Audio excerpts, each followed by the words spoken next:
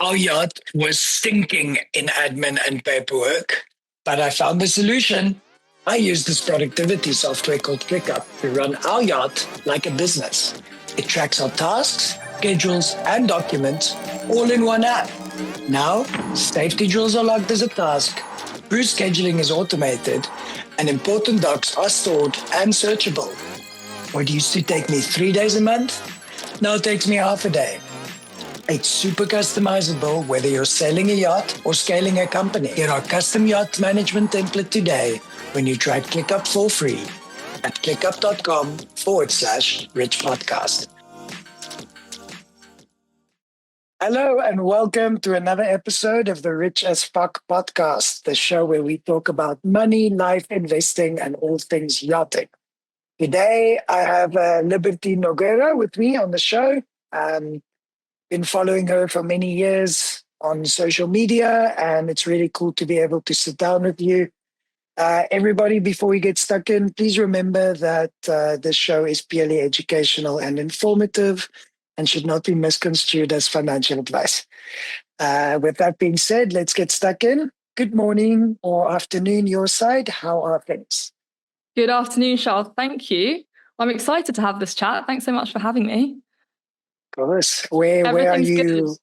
Where are you finding yourself now?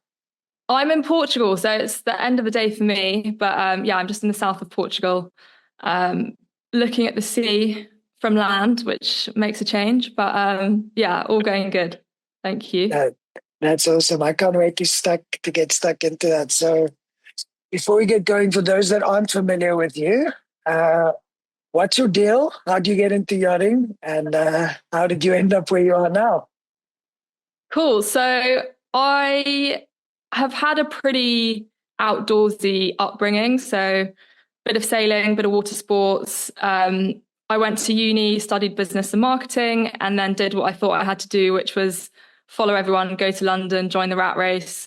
Did about 3 or 4 years doing that and thought, right, I'm 26 at the time, didn't have a dog, which I really wanted, didn't have a boyfriend, and didn't really have any savings, nothing that was substantial that would help me move ahead in life. So I thought, right, if I don't do something now, then I'm going to be stuck, basically. So I was speaking to a friend of mine, and she was a chef on a super yacht, and my rent was coming to an end in London in September. And I thought, right, if I don't do it now, I'm not going to go. So I joined the yachting industry in 2017 in September. Not a great time to join, but managed it. And I got a bit of day work, and then had my first boat. I was on it for 4 months, and then I was on another boat for 4 months. And then, the last program I was on for 6.5 years. So it's been a solid stint. Yeah, that's really good longevity. 6.5 years on board is like working at the same company on land for 50 years. Yeah, exactly. No, it was good fun though. And did you, from the get-go, decide to go into the deck department, or did that happen naturally? Yeah, so I was speaking to friends of friends of friends that were in yachting, and I thought, if I apply for deck stew positions, it will broaden my horizons and it will get me a job quicker. And luckily, a girl that I did some day work with, she said, if you want to work on deck, do not apply for any stewardess or deck stew positions. Just go for it. It might take a bit longer, but you're not going to enjoy it. And that was probably actually a really good bit of advice that I got. And I'm glad I did it. So always wanted to work on deck, and was stuck on deck essentially. I didn't always know if I wanted to be a captain. I think people have that challenge quite early on in their career, but just kind of rode the wave and started doing some chief officer modules, which helped in my role on board as bosun. But then I just realised that I didn't actually want to become a chief officer either. So carved another pathway. Yeah, that's awesome. I really resonate with that, because I figured out really early on I don't want to be a captain. And it's there's this weird, I don't know if you've felt this, but sometimes when you say that out loud, you kind of get shunned.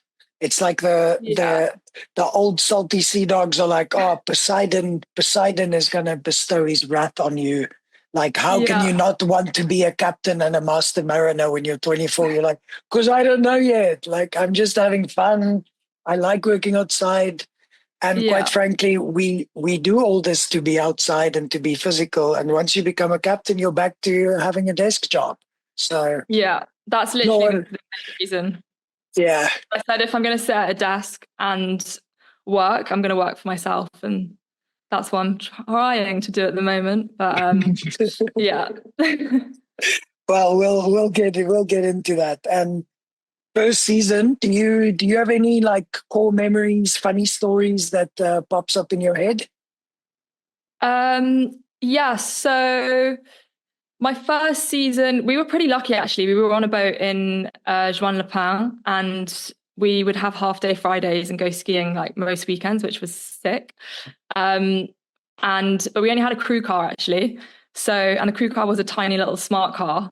And I went with a couple of people. We were driving up the mountain and it was rear wheel drive and it was snowing hard. So we didn't get very far up the mountain. We had to literally dump it on the side of the road and hitchhike the rest of our way. Um, but no, I'd say, yeah, that was pretty fun. And then when we came back to get the car, it was snowed in. So we literally had to dig it out. Um, yeah, I'd say that's probably the best story from our first season. That's a funny one to explain to insurance if that car ended up not working. A Yeah. bunch of pirates went up the snowy mountains and never returned with the smart car. Yeah, I would not recommend. So, Leb, you know that this show I predominantly focus with the Yachting Investor on money habits, financial health amongst yacht crew, things like that. So, Yeah. for the next few minutes, I want to dig into that. Cool. Uh, you, having worked on boats for many years, you've obviously seen crew come and go. You've seen all sorts of great and terrible financial habits. What are some of the best and worst you've seen in your time on board? Good question. I would say best habits is before you even know what you want to save up for, just start saving. Just say, right, whatever you think is actually doable. I mean, I think I started off saving like a third of my salary and then half, and then I didn't know what I was saving for, but then I had something that I could put towards a goal. And even better, invest it. Work out what's right for you. I'd say that's one of my biggest regrets is not investing more earlier. Um, I'd say I'm going to sound really old when I say this, but drinking away your money, I'm guilty of it. We all are. Everyone gets a bit excited at the end of season, but I think living on land has definitely put that all into perspective. Like you really did not need to have so much, like such a big blowout. Mm, Nothing good comes from it, really. You know, the boat that I was on, we had limited time off, so you're wasting a day hungover, and it's just a waste of money. So definitely do it. I just save it for the really special occasions and make the most of exploring the cool places that you're at the next day, like hiking, seeing cool that places. that one really hits hard because you're right. We're all guilty of it. I had a pretty rude wake up call early on in yachting, but I feel a lot Yeah. of times, especially if you get stuck with a crew and on a program, which is that's kind of the culture. Days off are Yeah. not meant, days off are not generally meant for hiking or exploring or diving. It's Yeah. where's the nearest beach club so we can go on a mass bender together. And you're Yeah. right. Nothing good comes from it. And it swallows a lot of money. A Yeah. lot of money. Mhm. It does. I mean, I wouldn't change any of it. I've had an epic time in some of the most amazing places that I would never have necessarily been to. But looking back on it, I think there could have been a bit more of a balance. Hindsight is 2020, isn't it? Yeah. Um, okay, and then one splurge you regret and one you don't. Oh, I don't like to think that I have regrets because I think in the time, it was a good decision. I would say one that I don't regret, which is probably what I've spent the most money on with my husband, was our wedding. Like, absolutely would not regret it. But when you think about it, it's a lot of money to spend in a day. But wouldn't change it. Would definitely no regrets for that. But yeah, I'd say we saved up a fair bit of it together to pay for that. One that I do regret, aside from alcohol, I would say I bought this one handbag that I didn't need. I was walking through Heathrow Airport. I walked past Prada and I looked at it and I thought, oh, that's a really cool handbag. And when I tell you, it actually sounds ridiculous because it's literally it's a black handbag that's like got tiny little crystals all over it. So it's not like a handbag that you're going to use every day. And I just thought that's really cool. I'm going to buy it. And Give us a price. it wasn't actually, I mean, it was, I think it was like £1,200. So it wasn't like crazy money, but practicality, I'd probably use it like once a year. Like I used it at my best friend's wedding for a black tie wedding. Like I don't use it all the time. So it wasn't the best decision, but do I look at it and when I do use it, do I love it? 100%. There we go. Yeah, it just was a lot of money for something that I don't use a lot. That's a captain I used to work with calls that the steel curse. The forever addition to the handbag colony, and they all end up in the bulges because there's no space for them in the cabins. Yeah, I mean it's currently collecting dust. So yeah. Well, thank you for your honesty and transparency. No worries. That's a funny one. How did you handle the lack of balance we have on board and the intensity of it all while you were still full-time working? I think it can be really hard. And I mean, we've all been there, very close to burnout. It happens. I think you have to choose a program where the people that you're working with pull you up and lift you up and motivate you, and it's easy to work with them. It makes a massive difference, because the moment that you work with someone that's not the case, it can make it very difficult. So I'd say, yeah, the people that you work with, try and have good relationships with them, choose wisely when you're picking your vessel. And then I would say just making time for yourself. Like I'm quite into exercising. If we're close to land, try and persuade whoever's driving the tender to drop you in if you can early or at the end of the day to go for a run. Really cool way to explore. And if you don't have that, if you're not on a boat that has a gym or whatever, just sitting in the sun for like 5 minutes, having a cup of coffee on your break, like it makes a massive difference. Yeah, it does. It's important to check in with yourself, because we're sacrificing a lot being there and constantly stimulated by everyone else's requests that we sometimes don't really listen to ourselves and what our own needs are. So yeah, for sure. It's a great answer. And then I want to pivot to something that I think is getting a lot better in our current age, but is definitely still an elephant in the room somewhat. So being a female in an often male-dominated department. So you mentioned that you worked as a bosun.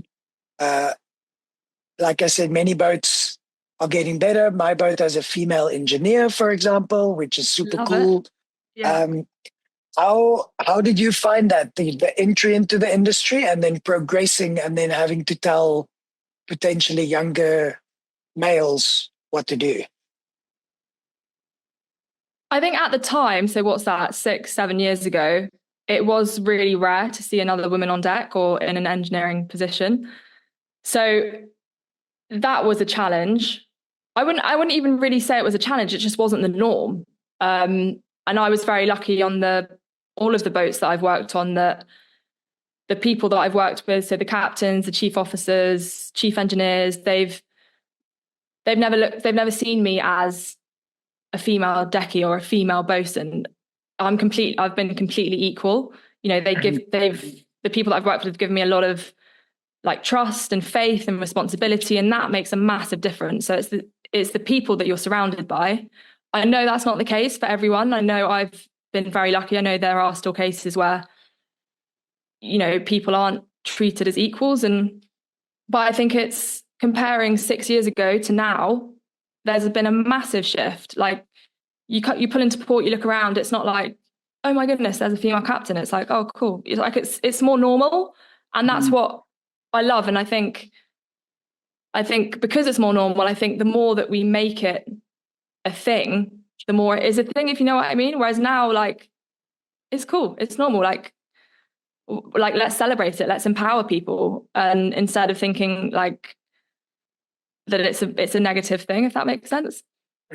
Yeah, I agree. And you're right, the rest of the world has caught up with it. Yachting's always a bit backwards with things like that for some reason. I mean, female CEOs have been a thing for the past few decades, you know, even way before that. So I'm very happy that the stigma is no longer there and that it's very natural. And I think you were there at a time where the sea change basically just started occurring, because we started yachting around the same time. And you're right.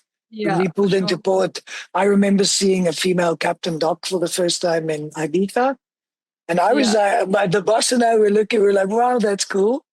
And now, like, great. So, in regards to the last bit of that question, just about like progressing and stuff, again, it was never really a thing. I was quite lucky.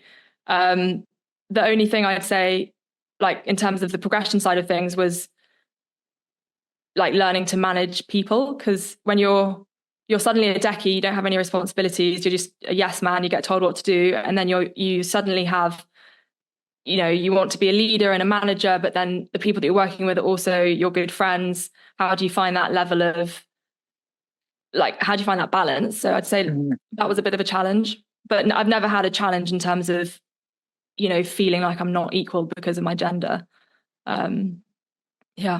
That's great, because that would be bullshit. Otherwise, you are equal in every way, you know? I kind of have a theory which is sometimes unpopular amongst my male cohort, but women's organizational skills, in my opinion, tend to be better naturally. And 100%, they also tend to delegate a bit more empathetically. Like it's a lot of men are like, you know, snap your fingers, you're like, you go do that, you go. And yes, sometimes when you're on charter and things are hectic and intense, you got to do that.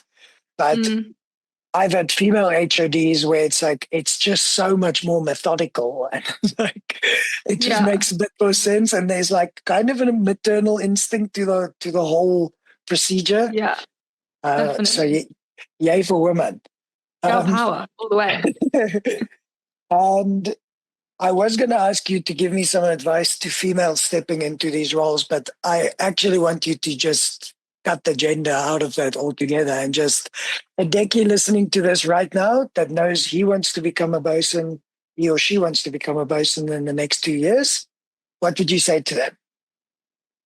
That's a good question. I would say act for the role that you want, not for the role that you have.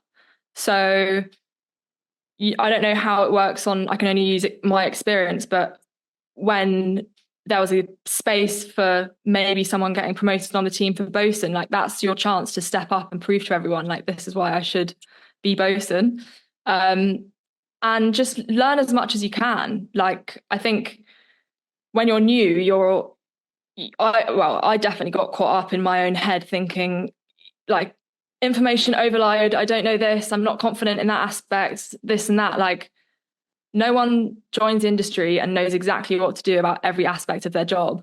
Like, figure out what you're good at, figure out what you're not good at, like, learn how to be good at the thing that you're not good at, and just ask tons of questions. Like, find someone on board that's also going to invest time in you to help you progress. And just try and move on up that way. And also just, like, don't limit yourself to, like, just having your skills on deck. I think, upskill yourself as much as you can. There's different things that you can do in terms of painting, carpentry, you know, learning to varnish and all that stuff, but have cool other skills, like learn to dive, learn to free dive, learn to fly a drone, like learn more cool shit in your spare time that can make you more hireable, basically. Mhm. Yeah, you're right. Kind of get out of your Yeah, narrow echo chamber and diversify your skills. yeah, I've always been a massive proponent of smaller boats. I've worked on smaller vessels for pretty much my entire career. And what I value of that so much is on a single day, I would be in the bridge, I would be in the cabins with the stews, I would help the engineer with something with the Wi-Fi or with the engine services, and then yeah, be out on deck. So you're just constantly being immersed in a lot of different talents, which can then be transferable to other departments of life, because yachting's not forever for all of us. So yeah, I'm really grateful for that, because now I can make a bed really well. My girlfriend loves that. When I'm home, I can fix the Wi-Fi, or if something's wrong with the electricity, I can fix the washing machines. It's really important life skills that we acquire in this business. yeah, definitely. Yeah. So now let's talk about life after yachting. You are Yeah, one of the most recent graduates of the graduate. hanging up the chamois degrees. How have you Yeah, found the transition to land life? it's been an interesting one. I'm not going to lie. I think because I I had a life before, and I had like a corporate, it wasn't very corporate, but I had like a corporate life before I did yachting, and now I've kind of come back to it. I know what I don't want from that corporate side of stuff. So that's basically helped me figure out what I want to do now. But the transition, I'd say it's very different. The last year of my yachting career, it was pretty hectic. We pretty much circumnavigated the world in a year. And that really made me want to have like my own time, my own space. So like that's amazing. And it's the small things that I really appreciate, which to a person that lives on land and that's never worked in yachting, they don't really get. I'm like, I love going to the gym in the morning. I love cooking for myself. I love just having all of my stuff in a cupboard that isn't a suitcase. Um, so yeah, I'd say the small stuff. But I mean, it is really hard. And like a few people ask me, what do I recommend? And I always say, just don't do it suddenly. Like I had an idea of what I wanted to do after yachting. I could have done a lot more, but because my life was so hectic on board, I just didn't really have the chance. But you want to have a plan, and you want to start moving it forward whilst you're on board, and then it's kind of easier to step into. And also you want to save, like, let's be realistic. You're not going to leave yachting and earn a yachty salary on land, even less if you're going to start working for yourself. So you need to plan accordingly. Um, yeah. Sound advice. Yeah, you got to kind of begin with the end in mind and then reverse engineer a life you envision for yourself, because many people, I think, have a horror season or something happens to them on board and they're like, fuck it, I'm done. And Yeah. then they arrive on land and they like go for their first grocery shop and realize, oh, now I have to buy my own toilet paper and my own Yeah. And this is how tomato much butter sauce. costs. No way. You're like, Yeah. how? Um, what has been the absolute hardest adjustment? I I've probably got two. Um, One's not so serious, which is I don't have a tan, and that is really annoying because I had a 6-year tan, and when you have a tan, you look good, you feel good. Whereas now I'm like, oh my God, this is what I look like in winter. So, I mean, that's just a bit of a jokey one, but I'd say, yeah, I mean, it's the money, if I'm honest. Like, I should probably pick something else, but it's definitely the money. Like, life's expensive on land comparing.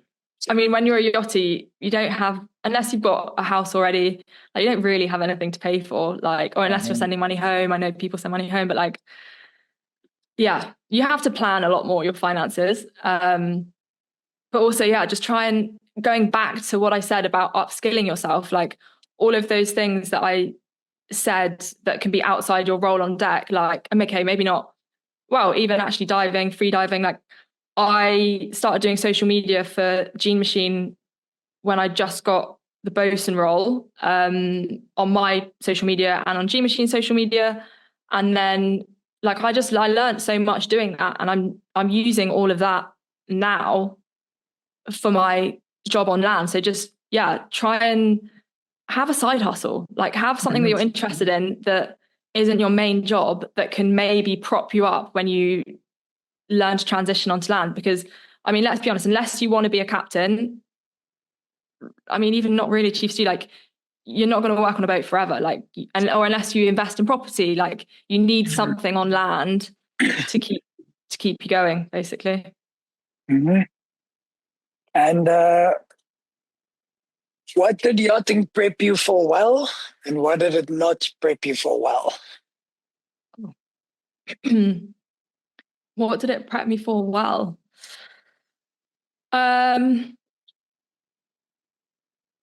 Oh, that's a really hard question.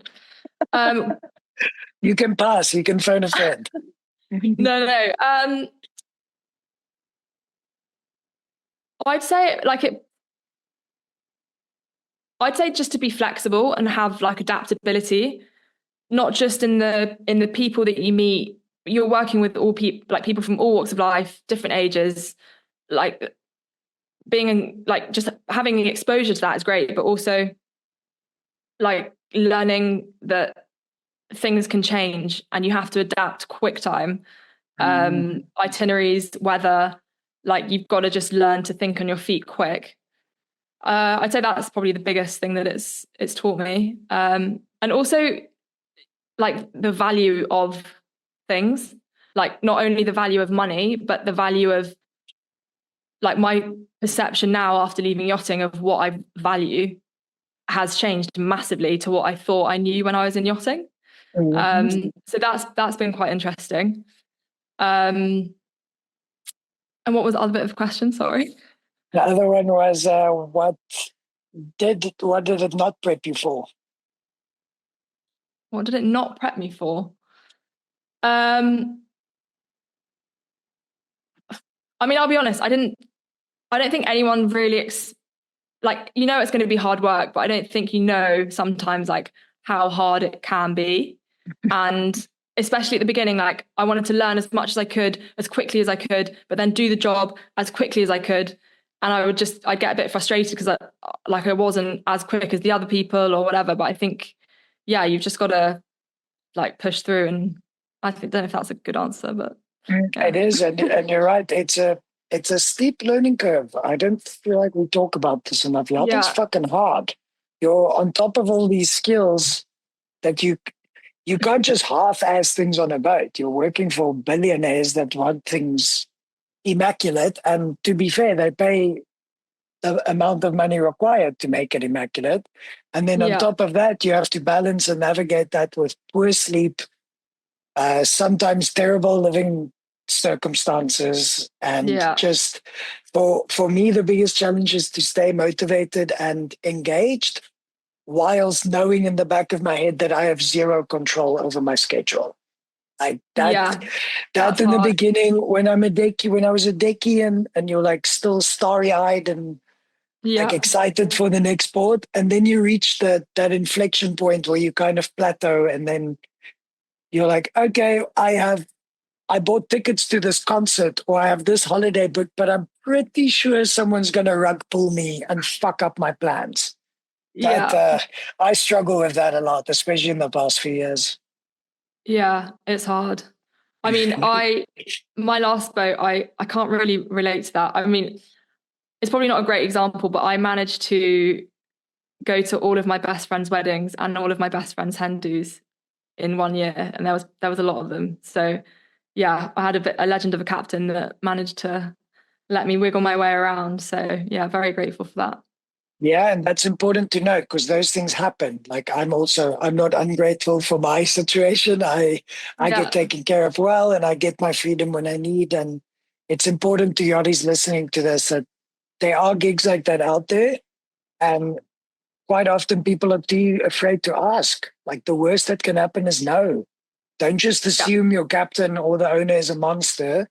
if you tell them, listen, it's Granny's 90th birthday, I need to fly to South Africa, they'll probably say yes. And if it means a lot to you and they still say no, then you're probably not in the place where you're supposed to be.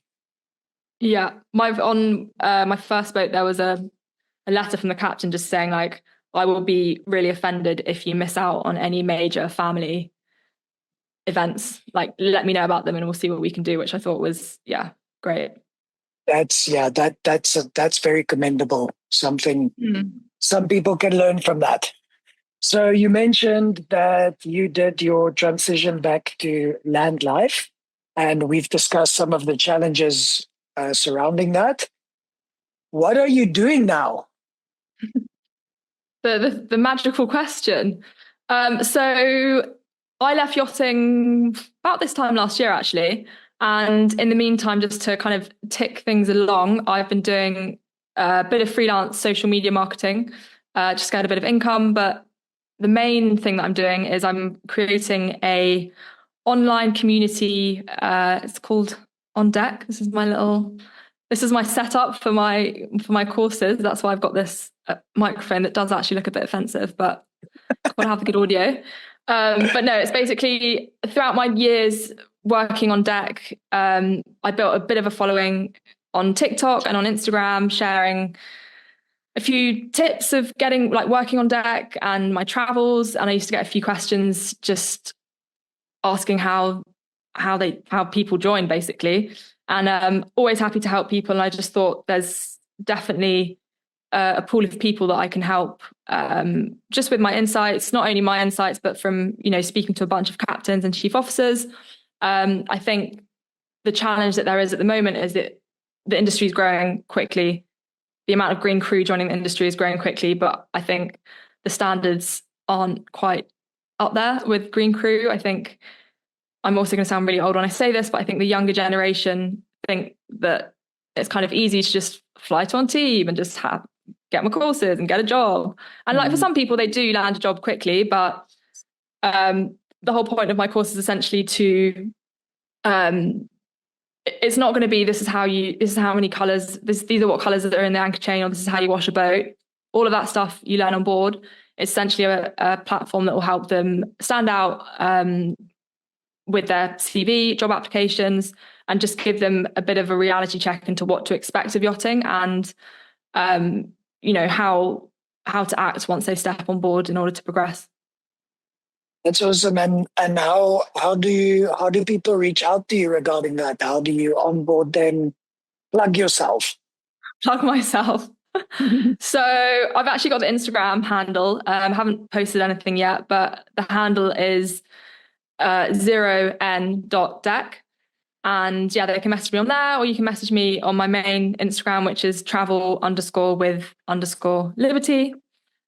Would love to hear from you. And yeah, always happy to help. And, I get that not everyone has money to spend on courses. And I'm hoping that a lot of my content I'm going to be repurposing, putting out a bunch of free content. So yeah, always happy to help. That's great. And yeah, good luck with that venture.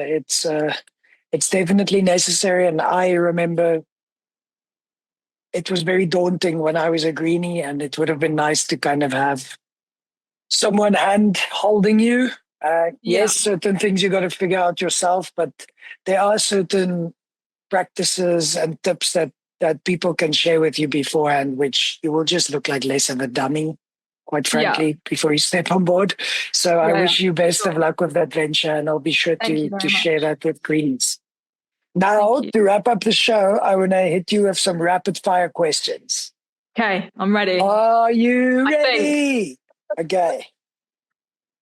Best port you've ever been docked in? I don't know what the name of it was, but it was when we were in the Maldives. It was epic. And so you had to go through a tiny little channel, and then the port was just one big circle. So all the boats were kind of pointing in. The water's like turquoise. Sent the drone up. It's probably like the sickest drone shot of a marina that I've got. So yeah. That's so cool. I would love to see that. Most annoying crew habit? There are so many. List them. Give me 3. Slamming doors.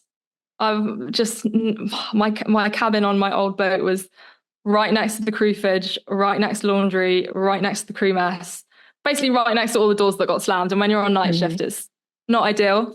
So yeah, I'd say slamming doors.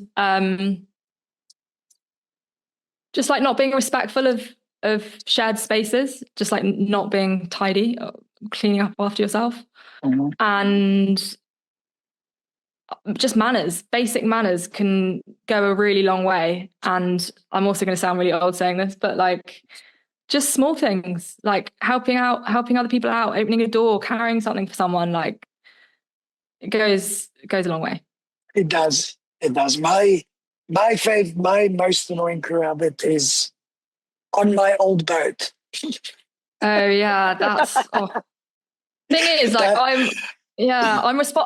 I'm probably like guilty of a lot of them. Like I posted a TikTok years ago, it must have been like 2 years ago, that said there was a trend where you list off icks. So I was giving like icks about the crew, and people get so offended, and it's just stupid things like when you're wet on a jet ski and you look like a wet dog, or like you're wearing those awful bucket hats, and so many people come at me in the comments. I'm like, guys, I'm definitely responsible. Like I've done all of these things. Yeah.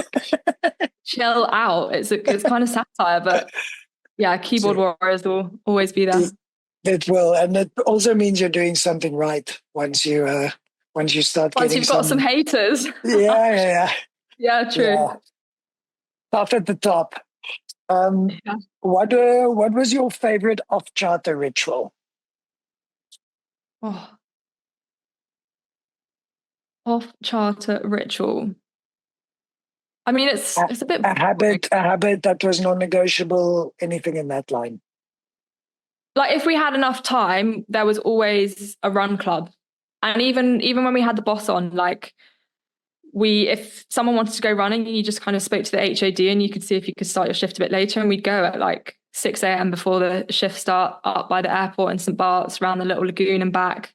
And it's such a cool way. You're literally escaping from the boat. Like you want to be somewhere that you're not looking at the boat, and you're doing exercise, you hang out with people that you like, and it's a really cool way to just explore, because otherwise you don't really go that far from the boat. You go to the bar and that's it. Like it's the best way to explore the cool places that you go. Yeah, it's a great answer. I do the same. Sometimes I run very far away, so it takes me a few weeks to come back to work.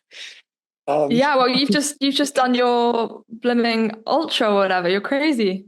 Yeah, that was gnarly, but it's good. It's good to get feet on the ground after long season at anchor, for sure. And then finally, to wrap things up, what advice would you give to 20-year-old Lib? 20-year-old Lib. 20-year-old Lib, like yachting related or life advice? Life. Oh, that is a deep one.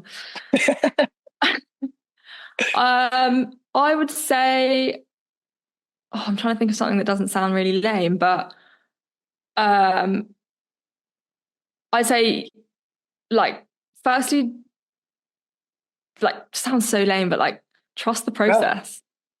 Just, it's all gonna work its way out. Like, I thought it was the end of the world because I didn't know what I wanted to do with my life. But, yachting came around the corner. And also just don't take shit too personally. Like nothing's ever that deep. I think that's a really good bit of advice, actually. I can't claim that. That was from Dane, one of the chief officers I worked with. But yeah, like don't take it personally. Like if someone has asked you to do something, you don't really like the tone of their voice, like don't read into it too much. They're probably having a bad day or whatever. Like, yeah, it's never that deep. And also you're working on a floating hotel. Like it's really, in the grand scheme of things, it's really not the end of the world. Like, we are all main characters in our own lives, and I think we forget that we actually don't matter that much. No, I think it definitely can. Yachting can, like you said earlier, it can put your blinkers on where you forget that there's a whole other world out there. Yeah, well, that's a good way to end things off on a light note. And thank you so much for taking the time to chat. I had a lot of fun, and I hope people will learn from you today. Finally, you mentioned that people can reach out to you on Instagram, TikTok, on all your handles. I'll be sure to put that in the show notes. Thank you. And I really appreciate your time. Thanks again. Loved chatting to you, Charl. Thanks. Yeah, had an amazing chat, and yeah, happy to help anyone that is looking to join, or if they're stuck with anything on deck related. Yeah, shoot me a DM. We can chat.